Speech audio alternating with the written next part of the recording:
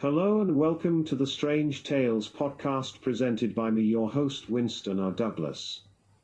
This week we take a look at the Wikileaks Vault 7 series, where they published files alleging activities and capabilities of the United States Central Intelligence Agency to perform electronic surveillance and cyber warfare.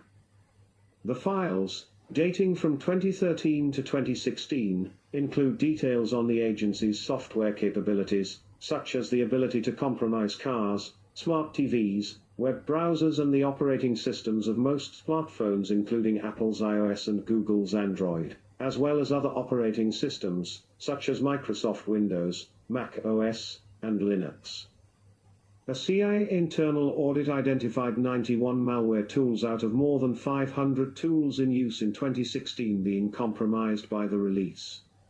Okay, let's get into today's strange tale.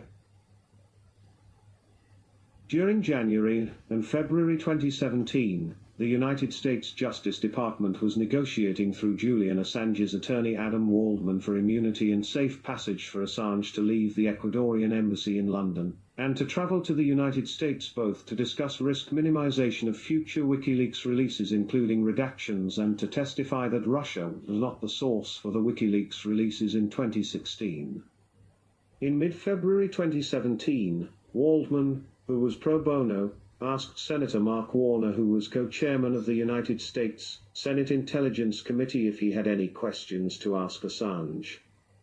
Warner abruptly contacted FBI Director James Comey and told Waldman stand down and end the negotiations with Assange, with which Waldman complied.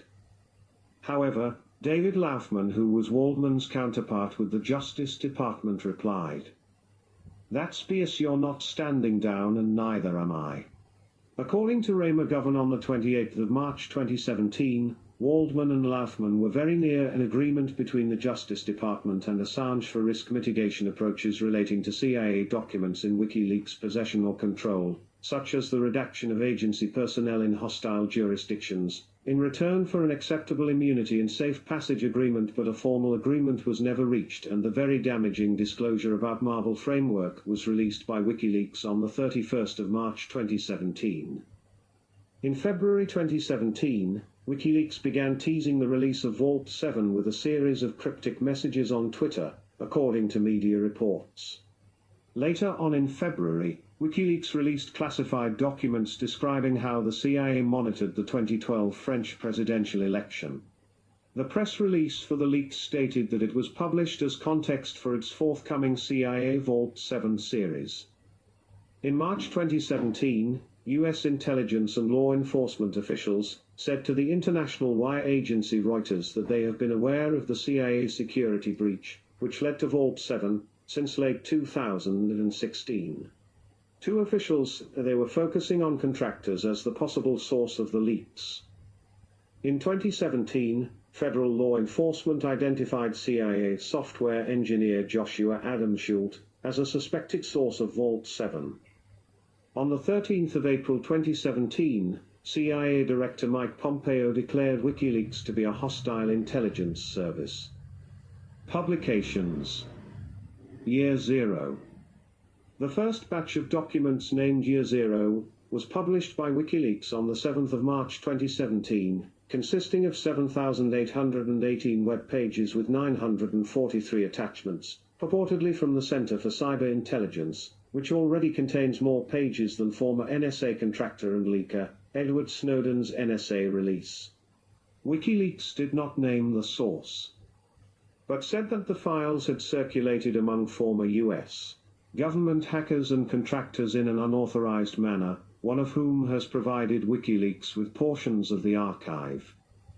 According to WikiLeaks, the source wishes to initiate a public debate about the security, creation, use, proliferation and democratic control of cyber weapons, since these tools raise questions that urgently need to be debated in public, including whether the CIA's hacking capabilities exceed its mandated powers and the problem of public oversight of the agency. WikiLeaks redacted names and other identifying information from the documents before their release, while attempting to allow for connections between people to be drawn via unique identifiers generated by WikiLeaks. It also said that it would postpone releasing the source code for the cyber weapons, which is reportedly several 100 million lines long, until a consensus emerges on the technical and political nature of the CIA's program, and how such weapons should be analyzed, disarmed and published. WikiLeaks founder Julian Assange claimed this was only part of a larger series. The CIA released a statement saying, "The American public should be deeply troubled by any WikiLeaks disclosure designed to damage the intelligence community's ability to protect America against terrorists or other adversaries. Such disclosures not only jeopardize U.S. personnel and operations, but also equip our adversaries with tools and information to do us harm." In a statement issued on the 19th of March 2017, Assange said the technology companies who had been contacted had not agreed to, disagreed with, or questioned what he termed as WikiLeaks' standard industry disclosure plan. The standard disclosure time for a vulnerability is 90 days after the company responsible for patching the software is given full details of the flaw. According to WikiLeaks, only Mozilla had been provided with information on the vulnerabilities, while Google and some other companies only confirmed receiving the initial notification. WikiLeaks stated, "Most of these lagging companies have conflicts of interest due to their classified work with U.S. government agencies. In practice, such associations limit industry staff with U.S. security clearances from fixing holes based on leaked information from the CIA. Should such companies choose to not secure their users against CIA or NSA attacks, users may prefer organizations, such as Mozilla or European companies that prioritize their users over government contracts." Dark matter. On the 23rd of March 2017, WikiLeaks published Vault 7 Part 2 Dark Matter. The publication included documentation for several CIA efforts to hack Apple's iPhones and Macs. These included the sonic screwdriver malware that could use the Thunderbolt interface to bypass Apple's password firmware protection. Marvel. On the 31st of March 2017, WikiLeaks published Vault 7 Part 3 Marble. It contains 676 source code files for the CIA's Marble framework. It is used to obfuscate, or scramble, malware code in an attempt to make it so that antivirus firms or investigators cannot understand the code or attribute its source. According to WikiLeaks, the code also included a obfuscator to reverse the obfuscation effects. Grasshopper. On the 7th of April 2017, WikiLeaks published Vault 7 Part 4 dubbed Grasshopper. The publication contains 27 documents from the CIA's Grasshopper framework, which is used by the CIA to build customized and persistent malware payloads for the Microsoft Windows operating systems. Grasshopper focused on personal security product, PSP, avoidance. PSPs are antivirus software such as MS Security Essentials, Symantec Endpoint or Kaspersky is. Hive. On the 14th of April 2017, WikiLeaks published Vault 7 Part 5, titled Hive. Based on the CIA top-secret virus program created by its embedded development branch. The 6 documents published by WikiLeaks are related to the Hive multi-platform CIA malware suite. A CIA back-end infrastructure with a public-facing HTTPS interface used by CIA to transfer information from target desktop computers and smartphones to the CIA, and open those devices to receive further commands from CIA operators to execute specific tasks, all the while hiding its presence behind unsuspicious-looking public domains through a masking interface known as Switchblade. Also called Listening Post and Command and Control, C2. Weeping Angel. On the 21st of April 2017, WikiLeaks published Vault 7 Part 6, codenamed Weeping Angel, a hacking tool co-developed by the CIA and MI5 used to exploit a series of smart TVs for the purpose of covert intelligence gathering. Once installed in suitable televisions with a USB stick, the hacking tool enables those televisions' built-in microphones and possibly video cameras to record their surroundings, while the televisions falsely appear to be turned off. The recorded data, is then either stored locally into the television's memory or sent over the internet to the CIA. Allegedly both the CIA and MI5 agencies collaborated to develop that malware and coordinated their work in joint development workshops. As of this Part 6 publication, Weeping Angel is the second major CIA hacking tool which notably references the British television show, Doctor Who, alongside Sonic Screwdriver in Dark Matter. Scribbles.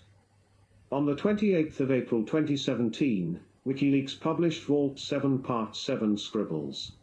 The leak includes documentation and source code of a tool intended to track documents leaked to whistleblowers and journalists by embedding web beacon tags into classified documents to trace who leaked them. The tool affects Microsoft Office documents, specifically Microsoft Office 2013, on Windows 8.1x64, documents from Office versions 97 to 2016, Office 95 documents will not work, and documents that are not locked, encrypted, or password protected. When a CIA watermarked document is opened, an invisible image within the document that is hosted on the agency's server is loaded, generating a HTTP request. The request is then logged on the server, giving the intelligence agency information about who is opening it and where it is being opened. However, if a watermarked document is opened in an alternative word processor, the image may be visible to the viewer. The documentation also states that if the document is viewed offline or in protected view, the watermarked image will not be able to contact its home server. This is overridden only when a user enables edit. Archimedes. On the 5th of May 2017, WikiLeaks published Vault 7 Part 8 Archimedes. According to U.S. SANS Institute instructor Jake Williams, who analyzed the published documents, Archimedes is a virus previously codenamed Fulcrum. According to cybersecurity expert and NISA member Pierluigi Paganini, the CIA operators use Archimedes to redirect local area network web browser sessions from a targeted computer through a computer controlled by the CIA before the sessions are routed to the users. This type of attack is known as man-in-the-middle. With their publication, WikiLeaks included a number of hashes that they claim can be used to potentially identify the Archimedes virus and guard against it in the future. Paganini stated that potential targeted computers can search for those hashes on their systems to check if their systems had been attacked by the CIA. After Midnight and Assassin. On the 12th of May 2017, WikiLeaks published Vault 7 Part 9 After Midnight and Assassin. After Midnight is a malware installed on a target personal computer and disguises as a DLL file, which is executed while the user's computer reboots. It then triggers a connection to the CIA's command and control computer, from which it downloads various modules to run. As for Assassin, it is very similar to its After Midnight counterpart, but deceptively runs inside a Windows service process. CIA operators reportedly use Assassin as a C2 to execute a series of tasks, collect, and then periodically send user data to the CIA listening post. Similar to backdoor Trojan behavior. Both After Midnight and Assassin run on Windows operating system, are persistent, and periodically beacon to their configured listening post to either request tasks or send private information to the CIA, as well as automatically uninstall themselves on a set date and time. Athena. On the 19th of May 2017, WikiLeaks published Vault 7 Part 10 Athena. The published user guide, demo, and related documents were created between September 2015 and February 2016. They are all about a malware allegedly developed for the CIA in August 2015, roughly 1 month after Microsoft released Windows 10 with their firm statements about how difficult it was to compromise. Both the primary Athena malware and its secondary malware named Hera are similar in theory to Grasshopper, and After Midnight malware, but with some significant differences. One of those differences is that Athena and Hera were developed by the CIA with a New Hampshire private corporation called Siege Technologies. During a Bloomberg 2014 interview, the founder of Siege Technologies confirmed and justified their development of such malware. Athena malware completely hijacks Windows remote access services, while Hera hijacks Windows Dinscape service. Also, both Athena and Hera affect all current versions of Windows, including, but not limited to, Windows Server 2012 and Windows 10. Another difference is in the types of encryption used between the infected computers and the CIA listening posts. As for the similarities, they exploit persistent DLL files to create a backdoor to communicate with CIA's listening posts, steal private data, then send it to CIA servers, or delete private data on the target computer, as well as command and control for CIA operatives to send additional malicious software to further run specific tasks on the attacked computer. All of the above designed to deceive computer security software. Beside the published detailed documents, WikiLeaks has not provided any evidence suggesting the CIA used Athena or not. Pandemic. On the 1st of June 2017, WikiLeaks published Vault 7 Part 11 Pandemic. This tool serves as a persistent implant affecting Windows machines with shared folders. It functions as a file system filter driver on an infected computer, and listens for server message. Block traffic while detecting download attempts from other computers on a local network. Pandemic will answer a download request on behalf of the infected computer. However, it will replace the legitimate file with malware. In order to obfuscate its activities, Pandemic only modifies or replaces the legitimate file in transit, leaving the original on the server unchanged. The implant allows 20 files to be modified at a time, with a maximum individual file size of 800 megabytes. While not stated in the leaked documentation, it is possible that newly infected computers could themselves become Pandemic file servers, allowing the implant to reach new targets on a local network. Express Lane. WikiLeaks publishes secret documents from the Express Lane project of the CIA. These documents show one of the cyber operations the CIA conducts against liaison services, which includes among many others the National Security Agency, the Department of Homeland Security and the Federal Bureau of Investigation. The Office of Technical Services, a branch within the CIA, has a biometric collection system that is provided to liaison services around the world, with the expectation for sharing of the biometric takes collected on the systems. But this voluntary sharing obviously does not work or is considered insufficient by the CIA, because Express Lane is a covert information collection tool that is used by the CIA to secretly exfiltrate data collections from such systems provided to liaison services. Express Lane is installed and run with the cover of upgrading the biometric software by Office of Technical Services agents that visit the liaison sites.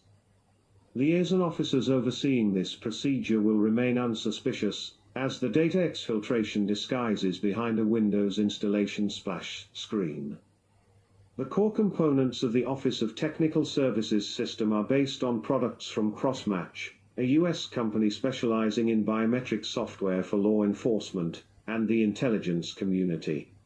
The company hit the headlines in 2011 when it was reported that the U.S. military used a Crossmatch product to identify Osama bin Laden during the assassination operation in Pakistan, the 24th of August, 2017. Authenticity. When asked about their authenticity, former director of the Central Intelligence Agency Michael Hayden replied that the organization does not comment on the authenticity or content of purported intelligence documents. However, speaking on condition of anonymity, current and former intelligence officials said that the documents appear to be genuine.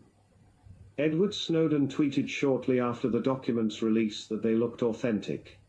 Robert M. Chesney, a law professor at the University of Texas and director of the Technology and Public Policy Program at the Center for Strategic and International Studies, likened the Vault 7 to NSA hacking tools disclosed in 2016 by a group calling itself the Shadow Brokers. On the 15th of March 2017, President Donald Trump stated during an interview that the CIA was hacked, and a lot of things taken.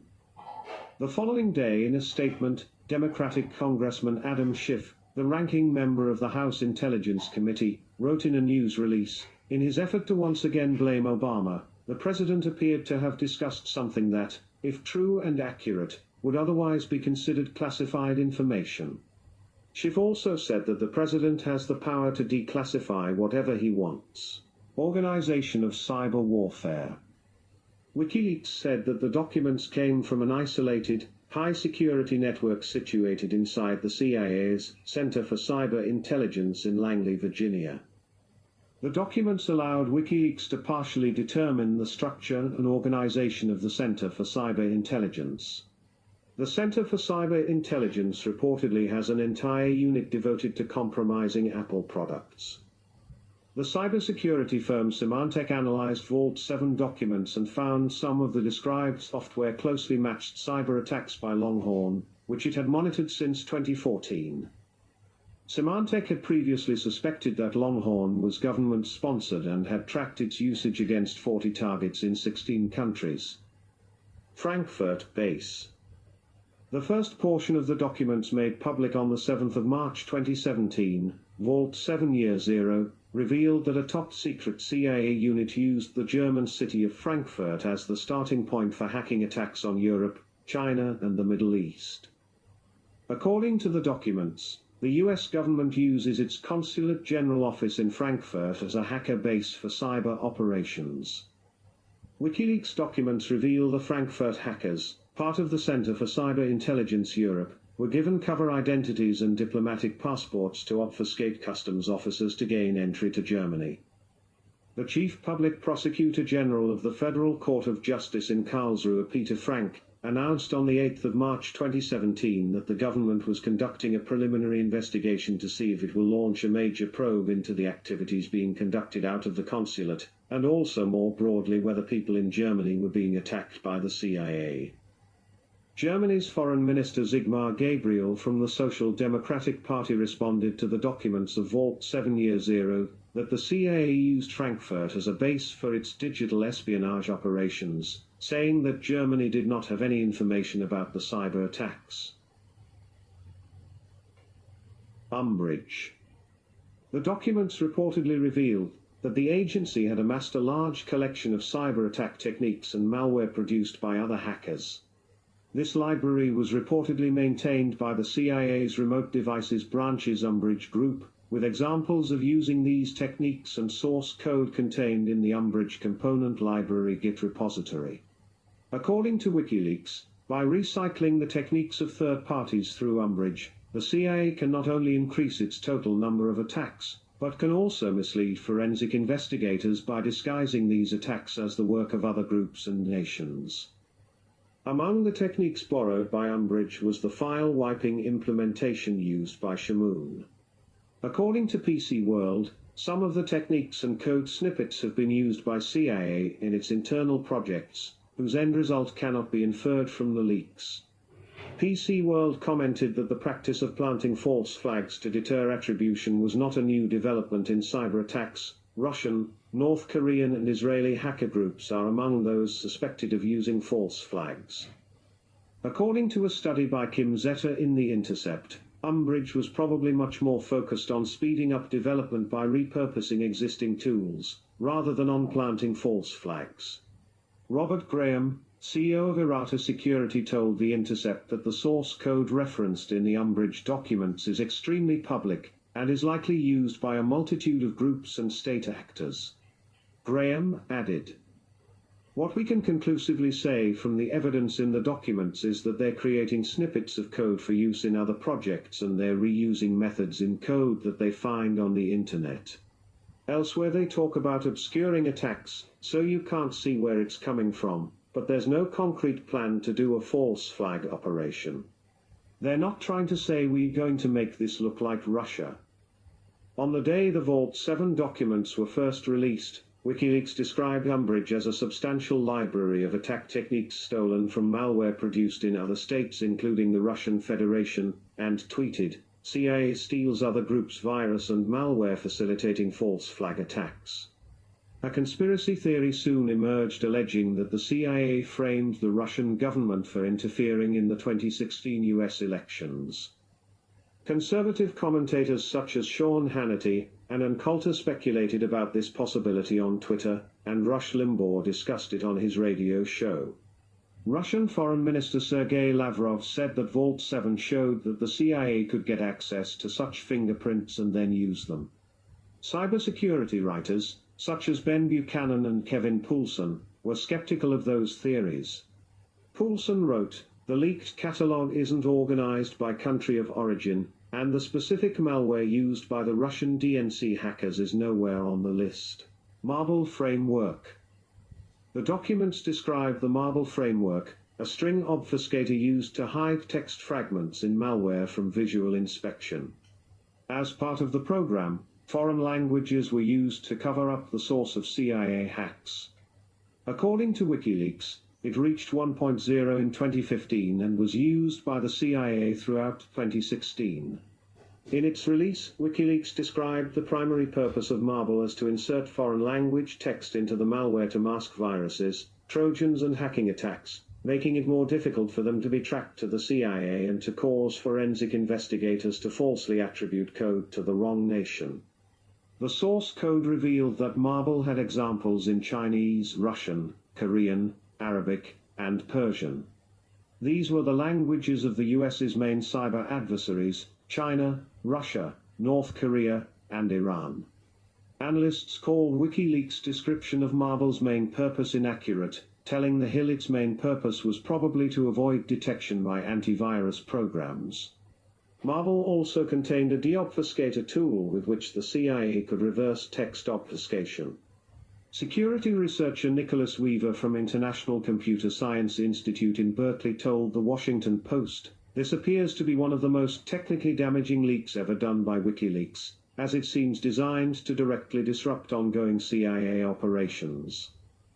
Hammerdrill is a CD/DVD collection tool that collects directory walks and files to a configured directory and file name pattern, as well as logging CD/DVD insertion and removal events.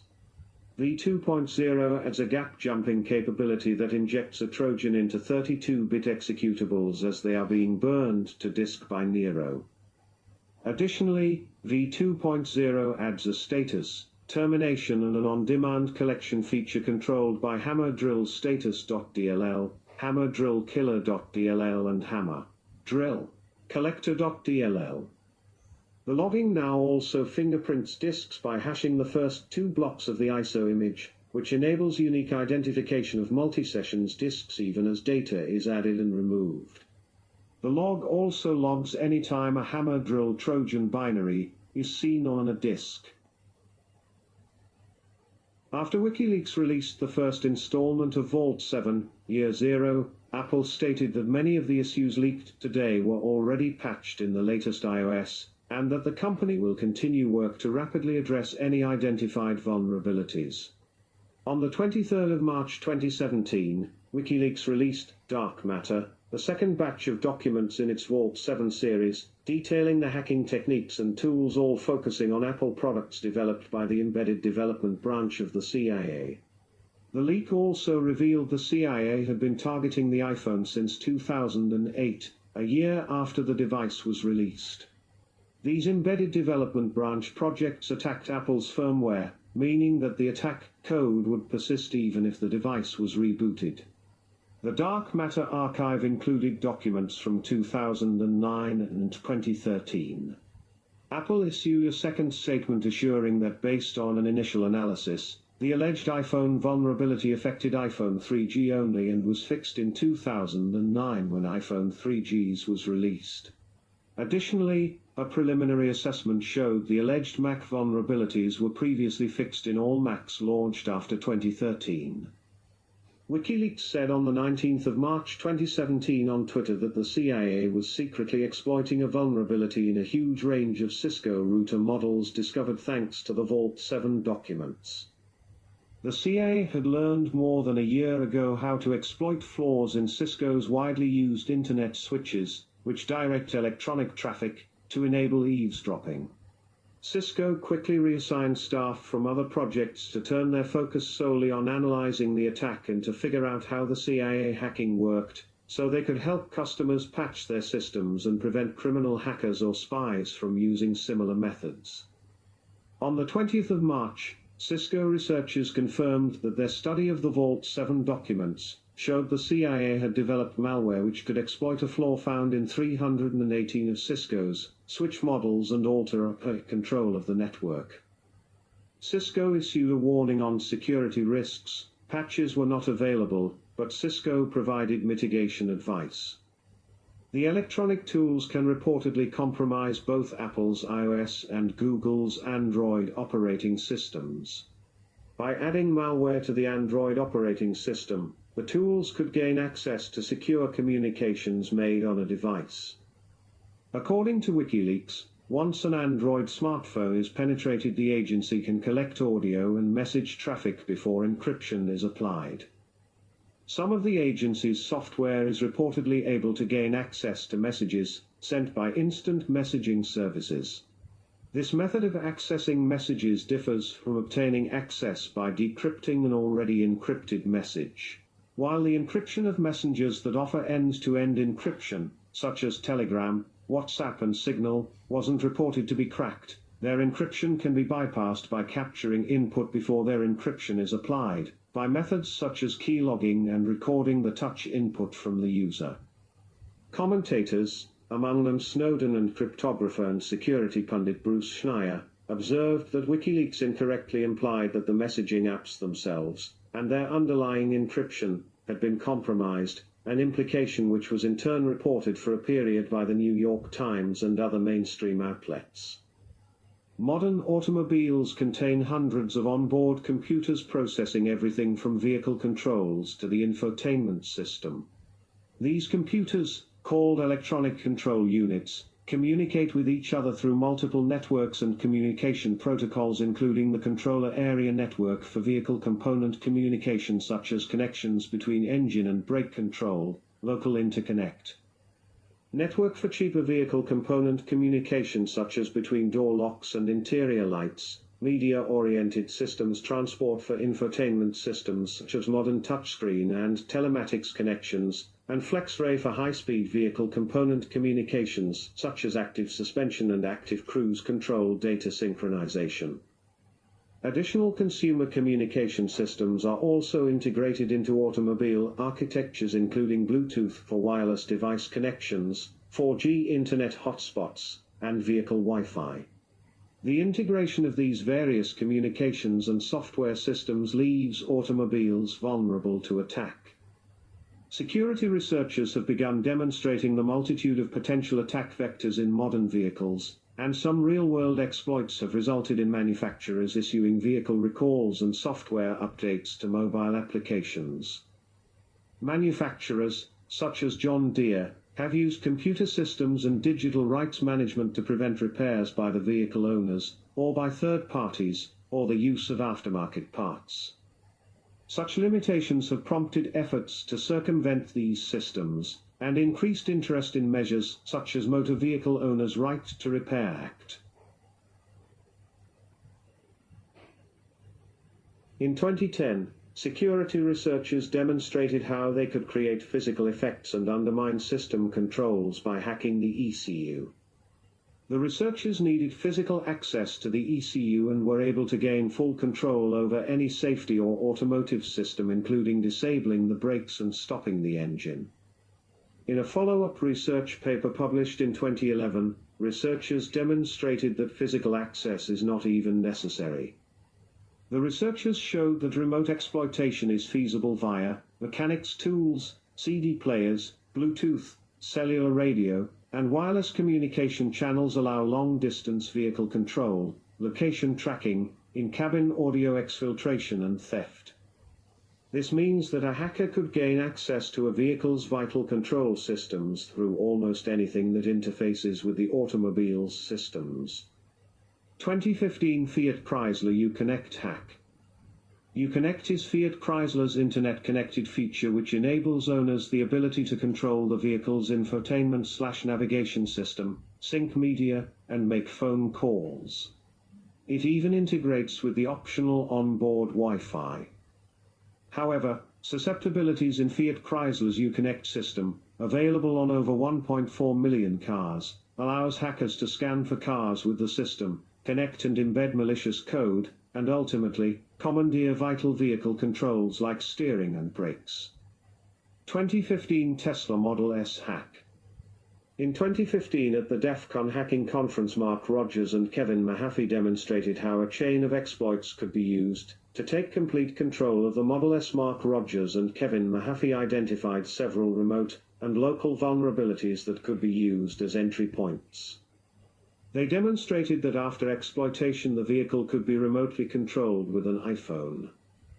Finally, they also demonstrated that it was possible to install a backdoor that allowed persistent access and control of the vehicle in a similar fashion to exploit techniques more usually associated with traditional computer systems. Mark Rogers and Kevin Mahaffey worked with Tesla Incorporated to resolve the issues before disclosure. It was announced before the presentation that the entire global fleet of Model S cars had been patched overnight, the first proactive mass over-the-air security update of vulnerable vehicles. The OnStar Remote Link app allows users the ability to utilize OnStar capabilities from their Android or iOS smartphones. The Remote Link app can locate, lock and unlock, and even start your vehicle. The flaw in General Motors' OnStar Remote Link app, while not as extreme as Uconnect, allows hackers to impersonate the victim in the eyes of the Remote Link app. This means that the hackers can access all of the features of the Remote Link app available to the victim, including locating, locking and unlocking, and starting the engine. Keyless entry. The security researcher Sami Komkar has demonstrated a device that intercepts signals from keyless entry fobs and would allow an attacker to unlock doors and start a car's engine. The documents refer to a Windows Fax DLL injection exploit in Windows XP, Windows Vista and Windows 7 operating systems. This would allow a user with malicious intents to hide its own malware under the DLL of another application. However, a computer must have already been compromised through another method for the injection to take place. Commentary. On the 7th of March 2017, Edward Snowden commented on the importance of the release, stating that it reveals the United States government to be developing vulnerabilities in US products and then intentionally keeping the holes open, which he considers highly reckless. On the 7th of March 2017, Nathan White, Senior Legislative Manager at the Internet advocacy group Access Now, writes, "Today, our digital security has been compromised because the CIA has been stockpiling vulnerabilities rather than working with companies to patch them. The United States is supposed to have a process that helps secure our digital devices and services, the Vulnerabilities Equities process. Many of these vulnerabilities could have been responsibly disclosed and patched. This leak proves the inherent digital risk of stockpiling vulnerabilities rather than fixing them." On the 8th of March 2017, Lee Matthews, a contributor to Forbes, wrote that most of the hacking techniques described in Vault 7 were already known to many cybersecurity experts. On the 8th of March 2017, some note that the revealed techniques and tools are most likely to be used for more targeted surveillance revealed by Edward Snowden. On the 8th of April 2017, Ashley Gorski, an American Civil Liberties Union staff attorney, called it critical to understand that these vulnerabilities can be exploited not just by our government but by foreign governments and cyber criminals around the world. Justin Kappers, professor in the Computer Science and Engineering Department at New York University, asks if the government knows of a problem in your phone that bad guys could use to hack your phone and have the ability to spy on you. Is that a weakness that they themselves should use for counterterrorism, or for their own spying capabilities, or is it a problem they should fix for everyone? On the 8th of April 2017, Cindy Cohen, executive director of the international nonprofit digital rights group, based in San Francisco Electronic Frontier Foundation, said, "If the CIA was walking past your front door and saw that your lock was broken, they should at least tell you and maybe even help you get it fixed. And worse, They then lost track of the information they had kept from you, so that now criminals and hostile foreign governments know about your broken lock. Furthermore, she stated that the CIA had failed to accurately assess the risk of not disclosing vulnerabilities. Even spy agencies like the CIA have a responsibility to protect the security and privacy of Americans. The freedom to have a private conversation, free from the worry that a hostile government, a rogue government agent or a competitor or a criminal are listening, is central to a free society. While not as strict as privacy laws in Europe, the Fourth Amendment to the U.S. Constitution does guarantee the right to be free from unreasonable searches and seizures.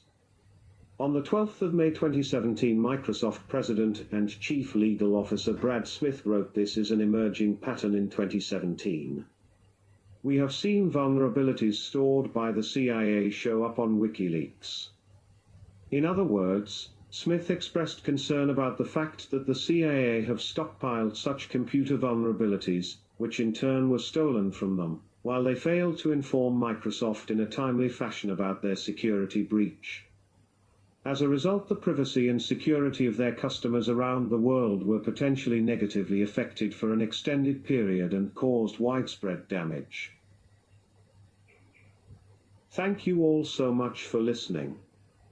I really hope that you enjoyed today's strange tale. If you did, please smash that gorgeous like button and subscribe so that you will be notified to future shows. Also, if you could write a 5-star review, that would really help us get the word out, so other people can enjoy the podcast as well. You can follow me on Twitter, Facebook, and YouTube at Strange Tales Pod. Or you can message me at strangetalespod@gmail.com with feedback or ideas on future shows. If you would like to support the podcast, you can do so through Patreon. Go to patreon.com/strangetalespod, where we have plans from as little as $3 a month, and you can opt out anytime. Any help is much appreciated.